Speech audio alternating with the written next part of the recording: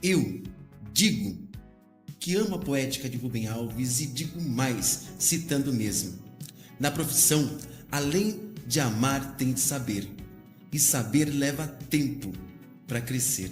Hoje, em Histórias que Tiram Vendas, literalmente ao vivo, vamos enxergar a história de Wagner Vieira, psicanalista que conversa conosco. Seja muito bem-vindo, Wagner, aqui. A palavra é sua e a língua é viva. Obrigado, Diego. Obrigado pelo seu convite. Muito bom estar com você, acompanhando um pouquinho o seu trabalho e vendo que só passa por aqui pessoas feras naquilo que fazem.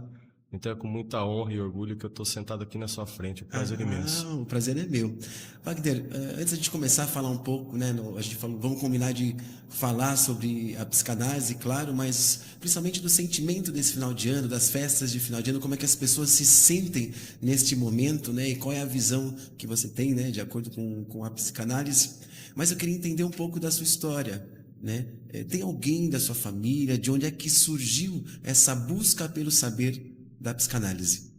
Olha, a busca pelo saber da psicanálise, eu acredito que foi uma coisa que surgiu comigo quando eu estava cursando a faculdade de filosofia. Eu comecei a cursar a faculdade de filosofia na Uniso, aqui em Sorocaba. Você tinha que idade na época? Eu estava com 19, 20 anos nessa época. E não tinha ninguém na sua família que já tinha uma referência da área? Não, ninguém. Não. A minha família é da área de metalurgia, todo mundo metalúrgico. Eu fui metalúrgico também, né, por muito tempo. Sorocaba, no geral, já tem esse contexto, por ser uma cidade, né, industrial, no Sim, geral. é uma cidade que tá em volta disso, né? Então, para minha família, o negócio era ser metalúrgico. Então, 14 anos eu fui para o Senai, me formei no Senai, trabalhei na indústria, né, por um bom tempo aí da minha caminhada. E aí eu fui para a faculdade de filosofia e ali começou a despertar o interesse por essa questão humana. Você fazia o Senai e despertou interesse pela filosofia. Você já sentia que algo dentro de você buscava esse questionamento? A filosofia veio de uma busca sua de estar aqui agora? Como é que foi isso? Sim, sempre foi. Eu era um cara que gostava de escrever poesia e ler, né? Gostava muito de ler coisas que não eram muito comuns. Então, aquilo foi me despertando. Quando eu fui buscar a faculdade, eu terminei o ensino médio, né? Eu já estava casado nessa época, casei muito cedo. E eu falei, puxa, o que eu vou escolher? Daí, o que me despertou nessa minha vocação foi a filosofia, né? Então, Então eu você fui me envolver iniciou com isso. com a filosofia. Você me falou, né? Você fez 2 faculdades de teologia, 2 pós em teologia, uma pós em psicanálise e uma pós em projetos ágeis. Nessa época você iniciou na filosofia, você acabou concluindo ou não? Não, eu não concluí. Eu comecei a conviver, na minha turma tinham 25 seminaristas católicos, eu comecei a conviver muito com eles e começou a me despertar, né, essa ideia de ajudar o próximo, de como ajudar o próximo. E aí então eu entendi que o sacerdócio seria uma via bacana daquilo que eu me entendia como ser humano de poder ajudar as pessoas. Isso é interessante, isso é interessante. E você buscou a teologia para seguir o sacerdócio. Sim, aí eu abandonei a filosofia e fui nessa jornada, trilhei muitos anos nessa jornada, né? Fazem mais ou menos uns 8 anos que eu deixei, né? Inclusive, amanhã é a data de comemoração da minha ordenação, né? Hoje eu vou me encontrar com um amigo que foi ordenado junto comigo. Olha, que bacana, parabéns. Daí da filosofia você foi para teologia, Isso, fez 2 faculdades de teologia. exato. Fiz 2 faculdades de teologia e aí fiz pós-graduação em implantação e revitalização de igreja. Fui trabalhar no Rio Grande do Sul, na fronteira oeste do Rio Grande do Sul. Trabalhei por muitos anos lá com isso. Que bacana. E depois acabei voltando para o estado de São Paulo, ainda trabalhando dentro desse mesmo conceito. Só que quando eu estou voltando para o estado de São Paulo, eu já estava fazendo uma pós-graduação no Andrew Jumper, que é uma extensão do Mackenzie em São Paulo. Então eu saía lá de Uruguaiana, vinha para São Paulo, viajava. Nossa. E aí eu conversando com um amigo de quarto, que a gente ficava no hotel, e aí nessa conversa ele falou da psicanálise, eu fiz uma pesquisa ali rápido no Google, achei um curso, entrei em contato e seguir. Mas, a priori, o meu objetivo era o ganho de conhecimento, agregar valor àquilo que eu já fazia, né? Então, a filosofia, a teologia, a psicologia, todas elas têm não é o mesmo viés, mas tem um sentido de busca, de autoconhecimento no geral, né? Sim, busca autoconhecimento, desenvolvimento pessoal, né? E é o que eu falo dentro da psicanálise, não tem como você ser um bom psicanalista se você não estiver olhando para outras áreas. Você precisa estar atento. Então, ser um bom psicanalista vai demandar de você o conhecimento de outras cadeiras também, seja filosofia, antropologia, sociologia e assim por diante, né? Então, a teologia, todo ser ele é espiritual, né? Por mais que as pessoas possam não ser religiosas, e você vê isso muito forte dentro do setting, né? A questão da religião, independentemente de qual seja a religião, a espiritualidade, isso é muito importante para as pessoas. E em como, vou te perguntar, não sei se é muito pessoal, mas em que momento você se desliga da teologia, dessa questão dogmática, né? E até mesmo de vivência pessoal mais dogmática dentro desse contexto e resolve investir na psicanálise e não ter mais um sacerdócio? Como foi isso? Depois de vários anos, né, mais de 20 e poucos anos trabalhando com isso, né, eu fui chegando a algumas conclusões de que algumas coisas não me cabiam mais. Não quer dizer que elas estejam erradas, mas não fazia mais respeito a mim, né?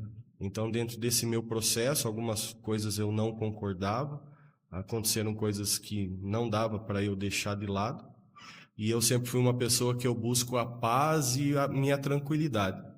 Então, eu busquei seguir o meu caminho.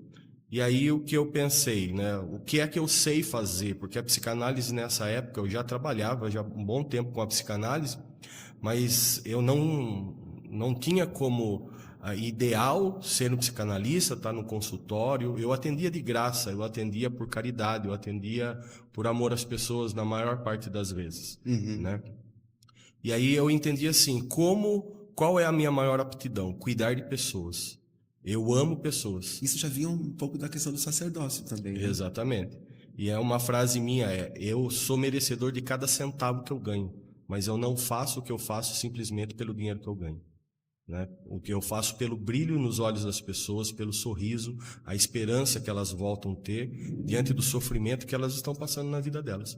Então eu entendi que eu posso seguir aquilo que é a minha vocação, que é pessoas, ajudar pessoas, e existem várias formas. Eu posso ser dentro do sacerdócio, fora dele, e aonde eu me encontro perfeitamente confortável, feliz com aquilo que eu faço, grato por aquilo que eu faço, que é continuar ajudando pessoas e cuidando das pessoas. Muito bacana. Então você se encontrou na psicanálise, né? E como foi que, não digo que você se encontrou, né? Mas você se encontrou profissionalmente na psicanálise.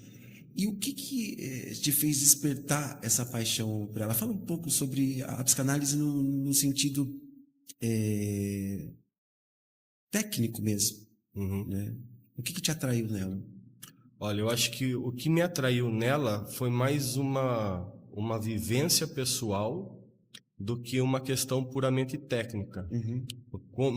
Quando eu busco a psicanálise, eu busco como uma ferramenta a agregar valor naquilo que eu já fazia. E como todo ser humano, eu tinha os meus conflitos, eu tinha as minhas dificuldades pessoais. E quando eu começo a estudar e desenvolver os meus estudos nessa área, eu começo a ver os benefícios que estavam trazendo na minha própria vida. Porque isso começou a abrir a minha mente para que eu pudesse enxergar coisas nas minhas relações, né? Na minha relação com a minha família, na minha relação com os meus pais, na minha relação com as minhas filhas. E isso começou a trazer transformação para mim. Então, isso foi a grande chave para mim. Eu falo que a psicanálise me tornou um ser humano melhor, no sentido de ter mais paciência com as pessoas e entender que esse comportamento que muitas vezes elas possuem é simplesmente manifestação do que elas viveram, das dores que elas possuem. Então, me tornou um pouco mais humanizado. E como é que é utilizar a ferramenta da psicanálise com os seus pacientes, ou vamos colocar assim? E como é que... Eu sempre falo assim, que dentro da profissão a gente tem uma questão de realização. né? E quando você vê que aquilo tem um resultado, que aquilo que atinge o objetivo, e no seu caso é a pessoa ter estar aqui agora bem, né? Vivendo bem com as emoções e afins. Como é que é isso para você? Como é que é essa realização? Cara, é muito bom. Digo, é uma coisa que não dá para mensurar com palavras. Porque você vê a pessoa, vou pegar meu caso 01, uma moça que estava com uma depressão muito severa, querendo se suicidar, com várias dificuldades, uma delas de aceitar o seu corpo por causa da obesidade, né? Passou por muitos traumas com relação a isso. O ápice do meu trabalho com ela foi eu vi essa moça, ela não trabalhava, ela mal conseguia estudar, uma vida bem difícil.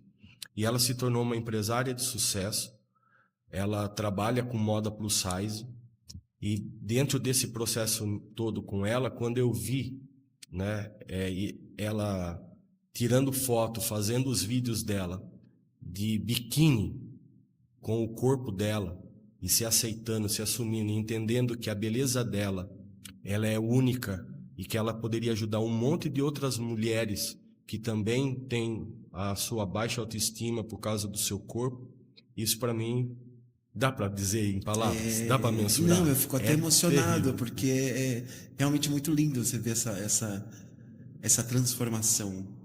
É uma transformação, é sair de um casulo. E muitas pessoas, até por preconceito, por ouvir a palavra psicanálise, né? Normalmente eles associam a algo negativo por vezes, né? Muitas pessoas têm medo de procurar ajuda, ou às vezes elas ainda não estão capazes, porque é preciso ter coragem para buscar ajuda. Sim, Né? Para dar sim. esse primeiro passo de entender que, bom, preciso de uma ferramenta que me auxilie. O que você diria para essas pessoas que precisam desse, não digo um empurrãozinho, né? Mas eu digo assim, de ouvir, né? De ter coragem para buscar ajuda, buscar essa coragem. Buscar ajuda não significa que eu sou fraco, sabe? A psicanálise, ela não está lá para te julgar, ela está para te acolher. Ela não está lá para te dar lição de moral. Então, é um ambiente seguro onde você pode ser você e se conhecer, se entender. Nós temos ainda muito preconceito com relação a isso, né? Popularmente, quando você trata das questões de ordem mental, as pessoas, né, popularmente, questão de loucura, né? Então, cuidar da sua mente é coisa de louco. Estou ficando louco. Então, existe um preconceito muito grande. Tem caído muito nesses últimos tempos. Muito mesmo. As pessoas estão ganhando consciência de que cuidar da sua mente é extremamente importante, né? Cuidar das suas dores. Então, eu diria para essas pessoas, se permitam a viver algo novo, a se encontrar. Ninguém está aqui para viver uma vida de dor, de tristeza, sofrimento, amargura, presa no passado, né? Como a gente diz, não tem como mudar aquilo que nós vivemos, né? Os nossos traumas, não tem como mudar, mas nós não precisamos viver isso como um fardo que faz com que a gente perca o brilho, faz com que a gente perca o desejo pela vida, uma vida pesada, uma vida opaca. E tá falando, né? A gente começa a chegar no final do ano, existe uma cobrança social muito grande, né? De reuniões familiares, de você estar bem, de você avaliar o seu ano. Será que você chegou no final do ano e você está próspero em todos os sentidos? E isso desperta sentimentos que, por vezes, deixam as pessoas muito confusas também, né? Você atende hoje muitas pessoas, eu acho que deve até aumentar a demanda no final do ano, para falar a verdade. Sim, como é isso? Realmente é um momento, né, comemorativo que traz muitas dificuldades para as pessoas, né? Existe um mito de que toda a família tem que estar junto, de que toda a família tem que estar perfeita, aquela família doriana. E a verdade é que família, como qualquer núcleo social, tem os seus problemas. E que em alguns momentos eu não quero conviver com você.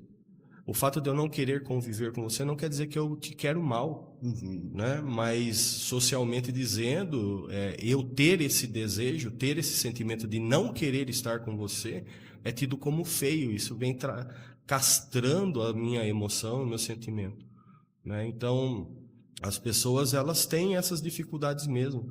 ora porque não querem estar ali, porque vão ter que confrontar algumas realidades do que já viveram, que elas não estão afim, não estão preparadas para isso, né? E aí isso mostra, esse evento de final do ano, essa dificuldade que as pessoas passam a enfrentar nessa data de Natal, de Ano Novo, vai simplesmente revelar o quanto as pessoas estão machucadas e feridas nas suas relações. Uma frase que eu acho interessante é que nós adoecemos nas nossas relações e somos curados nas nossas relações. Isso é muito bonito. Né? Então, nós precisamos do outro, nós não somos nada sozinhos. E aí, quando chega as datas de final de ano, é difícil. E para aqueles também que se sentem excluídos, aquele que gostaria de estar, mas não pode, né?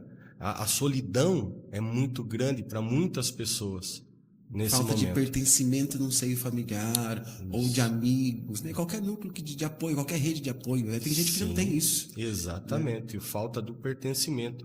Lógico que nós precisamos trabalhar sempre a nossa individuação, a nossa individualidade, eu ser eu, não tendo o outro como muleta, porém, nós somos seres sociais. E eu só posso estar aqui hoje porque você está aí. Se você não estivesse aí, eu não faria menor sentido eu estar aqui. Eu costumo dizer que até científica, sim, falando de ciência, né, tem uma força que nos prende ao mesmo centro, né, e não que nos obriga, mas nos coloca numa condição de conviver um com os outros, né? Por algum motivo tem, né? Tem, e não tem como você explicar. Eu fiquei pensando, por exemplo, como eu vim sentar aqui, eu estou sentado aqui hoje. Eu simplesmente vi uma publicação da minha prima, que fazia tempo que eu não conversava com ela. Aquilo me despertou algo que eu falei assim, eu acho que ela não está legal. Vou chamar ela para tomar um café da manhã aqui na minha casa. E com todo amor e carinho, preparei um café da manhã para ela. Sentei, fiquei mais de 1 hora ouvindo a história dela. Despretensiosamente, eu só queria doar um pouco do meu tempo para ela.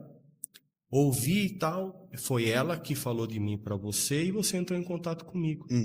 Então, existe essa nossa conexão. E aí, quando chega final de ano, essas coisas elas ficam muito mais latentes. As nossas dores ficam latentes, o quanto nós estamos afastados das pessoas. Uma outra questão também, muitas pessoas que perderam entes queridos, né, e que vão passar pelas datas comemorativas, né, esse primeiro passo, né, porque eu acho que fica um ciclo para a pessoa, né, você perde um ente querido e depois passar pelo menos durante um ano, por assim, aquelas datas comemorativas também é muito pesado, né? É muito pesado. O luto, ele possui suas fases, né, e essas fases, elas precisam ser entendidas e trabalhadas de uma maneira consistente. Não adianta a gente querer jogar o luto para debaixo do tapete, porque não tem como. E sem sombra de dúvida, as datas especiais como essa, ou aniversário das pessoas e tal, acabam evocando novamente tudo isso, né? Principalmente por a saudade daquilo que eu gostaria de ter vivido e não vivi, né? O luto traz muito disso. O que eu deixei de viver, muitas vezes por escolhas equivocadas que eu fiz. E o luto, ele não tem tempo. Você pode ter pessoas aí que já estão há 10 anos que perderam alguém especial na vida delas e ainda ter marcas consideráveis a respeito disso. E ainda mais próximo daqui, né, Felipe? Próximo de datas comemorativas, provavelmente pese mais também, né? Sim, pesa mais porque é o momento do afeto, né? É o momento do afeto, do carinho, do acolhimento. E que todos nós precisamos disso, né? E hoje você clinica, né? Você atende os seus pacientes, né? Você faz tanto atendimento presencial quanto atendimento online também, né? Isso. Hoje eu atendo na cidade de Tatuí presencial 1 vez por semana e os outros dias da semana eu atendo aqui em Sorocaba, tanto presencial quanto online. Tem algum autor, você falou algumas frases muito legais que eu achei bem interessantes, que fazem muito sentido, que são marcantes e que fazem com que a gente reflita. Tem alguma reflexão da psicanálise, né? Que você queira falar e queira compartilhar, que é muito importante para você hoje? Eu acredito que é essa ideia de Freud, né, de que a dor produz a mudança em nós. A gente Quando só algo muda, só muda quando algo for extremamente desconfortável a para gente só nós. muda quando a dor de mudar é menor do que a dor de ficar. É isso como está? Mais ou Mais ou menos menos isso, isso né? aí, né? Porque mesmo no meio da dor, nós estamos ganhando alguma coisa, né? Que é o ganho secundário. Às vezes nós estamos vivendo no meio do lixo, mas nós estamos ganhando alguma coisa com aquilo. Então, quando essa dor se torna insuportável, aí nós mudamos. E é terrível isso, né? Porque a gente poderia ter mudado sem tanta dor e sofrimento. É porque a mudança também gera um desconforto, né? Ela gera um desconforto, mas é sempre essa questão dessa polaridade.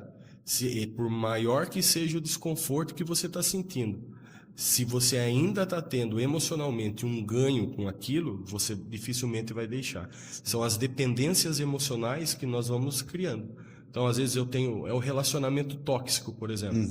Eu tenho uma dependência emocional tão severa com relação a outra pessoa, né, que por mais que eu esteja sofrendo, ai, mas ele é tão bonitinho, ai, mas ele se arrepende, não tem mais, ai, não tem, né? Então, eu estou ganhando alguma coisa, emocionalmente eu estou ganhando, e eu não estou vendo que eu estou perdendo muito mais do que ganhando. Quando eu tenho esse insight, aí então algumas coisas começam a mudar. Você contou do seu caso 01, né? E citou alguns outros tipos de situações onde as pessoas podem buscar ajuda, né? Você tem alguma especialidade ou não? Você atende de forma abrangente? Eu tenho algumas especialidades, mas hoje eu foco na questão de gestão pessoal e questão de relacionamentos, né? Porque eu acredito que elas estão entrelaçadas. Você me falou que você também fez uma pós em projetos ágeis. Fala um pouco Gestão sobre de projetos gestão ágeis. de projetos ágeis. Me fala um pouco sobre essa área de atuação também. Quando eu fui para a questão do sacerdócio, né, a pós-graduação que eu fiz de plantação e revitalização de igreja, você trabalha muito com projetos, né? Então, a gestão de projetos ágeis que eu fiz recentemente, essa pós-graduação, eu fiz como mais uma ferramenta, um agregar valor como uma ferramenta, porque a nossa vida é uma empresa, nós somos uma empresa, né? E nós vivemos num mundo de muitas mudanças. Existe um conceito que se chama o mundo VUCA, né? Então ele traz alguns conceitos, agora já está surgindo alguns outros, mas a gente vive dentro de uma estrutura hoje onde as coisas são voláteis, elas mudam o tempo todo, né? Ou se eu pegar o conceito do Bauman de relacionamentos líquidos, né? Então as coisas elas estão mudando o tempo todo. Então, a gestão de projetos ágeis, lógico que ela está voltada para uma questão de empresa, da administração de equipes e tudo mais, mas aqueles conceitos, eles são altamente aplicáveis na gestão daquilo que eu sou, daquilo que eu faço, principalmente se eu for um profissional liberal, né? Que eu tenho dificuldades em gerir meu tempo, né? De trazer algumas questões práticas para o meu dia a dia. Então, é uma ferramenta que traz valor para aquilo que eu faço. Eu posso atender um empresário, eu posso ajudar ele a pensar em como gerenciar melhor aquilo que ele faz. Nossa, isso é muito, muito interessante, né? Até porque acho que o maior capital é o capital humano, né? Exatamente. Tudo começa na nossa mente. O todo é mental. Tudo começa na mente. Se você quer transformar seu mundo, transforme seu mundo. Quando você transforma o seu mundo interno, você transforma a sua mente, a sua forma de pensar, você vai transformar aquilo que está fora de você. Mas nós vivemos dentro de uma cultura onde nós priorizamos o que está fora e não entendemos que o que está dentro, você tem uma caneta na sua mão. Antes dessa caneta se tornar caneta na sua mão, ela já existiu na mente de quem a criou. Sim. Ela já existia, ela não estava materializada, mas ela já existia. Então, se eu olhar para esse princípio e começar a desenvolver uma gestão emocional eficiente, eu vou começar a transformar todas as coisas. Esse é o grande desafio desse nosso tempo. As pessoas, elas são altamente qualificadas, elas fazem MBA, elas fazem um monte de estudo e desenvolvimentos técnicos e tudo mais, mas não sabem gerenciar suas emoções. E muitas pessoas não desenvolvem, não prosperam, não progridem na vida exatamente por isso. ela tem estudo, ela tem a questão acadêmica, mas ela não sabe trabalhar sob pressão, ela não sabe ouvir não. Então, tudo começa na sua cabeça. Você tem um equilíbrio, né, das inteligências, né? Inteligência Exatamente. emocional, dos vários múltiplas inteligências, né? Exatamente. E daí essa área de atuação auxilia tanto as pessoas, tanto empresas quanto profissionais liberais a conseguirem esse equilíbrio. Né? Exato.